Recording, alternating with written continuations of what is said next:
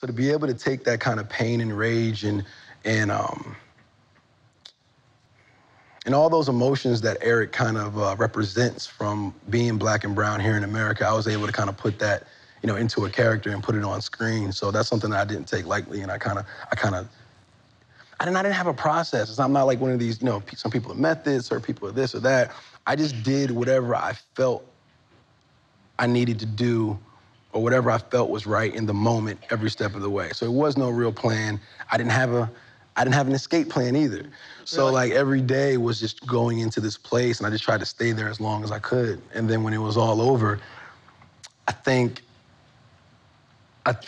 just being in that kind of that mind state, that real unapologetic, just real like whatever all the time, kind of kept it caught up with me, and like I got a little depressed. It was tough for me for a minute, Really? Just readjusting to being around the people that care about me, getting that love that I shut out for a long time.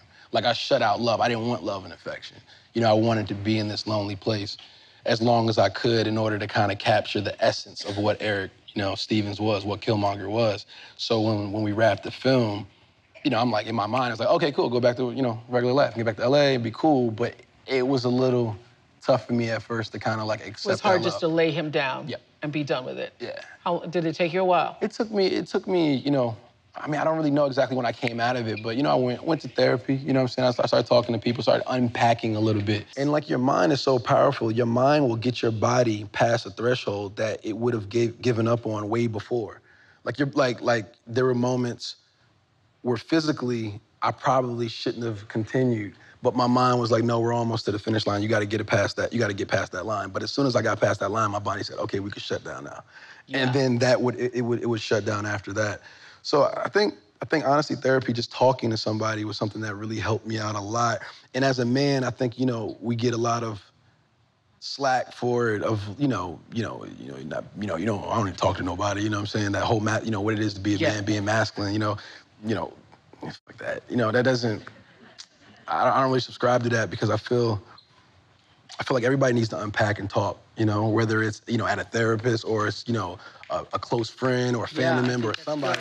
This should make you want to get directly on the phone right now with your healthcare provider and set up a therapy appointment immediately.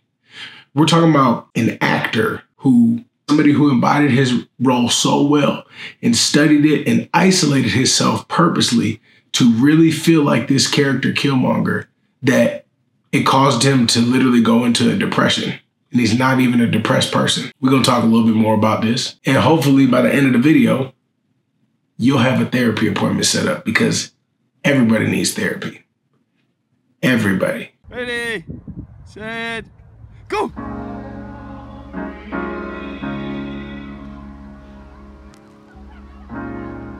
You have to be your biggest fan. And when things are really tough and they're really rough and nothing's working, but there's something inside of you that says, I just have to follow that.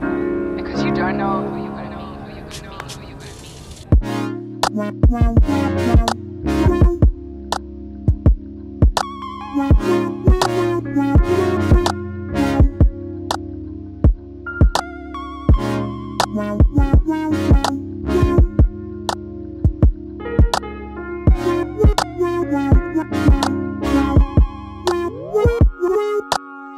Unpacking. I mean, a lot of actors do this. They get into a role. I think I read a story about Heath Ledger, the man who played the Joker in Batman.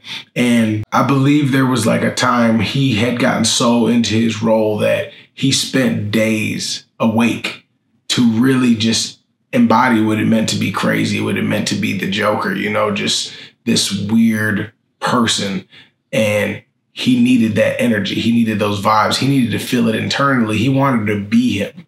He wanted, when he stepped on screen, to feel like that. We're talking about a person who's a normal person, makes millions of dollars, and is relatively healthy. And all they did was put on the backpack of luggage that an inner city kid that has been abandoned and lived in poverty and all this weight that they carry. He put this backpack on Michael B. Jordan did when he played Killmonger. And it sent him into depression. He embodied that role so well, it made him depressed. It made him feel some type of way. Now, I'm saying this not only for people who have lived in poverty and people who have dealt with that, but if an actor can simply get into a role, into a mindset, and the repercussions of that lead him to therapy, I think that should say a lot about you and me and everybody. I feel like we all need therapy. We all need to unpack that luggage. We all need to unpack that luggage. Like, you got to come up with a plan. You have to sit down with a therapist and organize your life and set your priorities. Procrastination is something that you can go through with a therapist and they can help you and they can guide you a little better to help you avoid procrastinating and to help you stay away from triggers that might lead you to procrastinating on things in your life.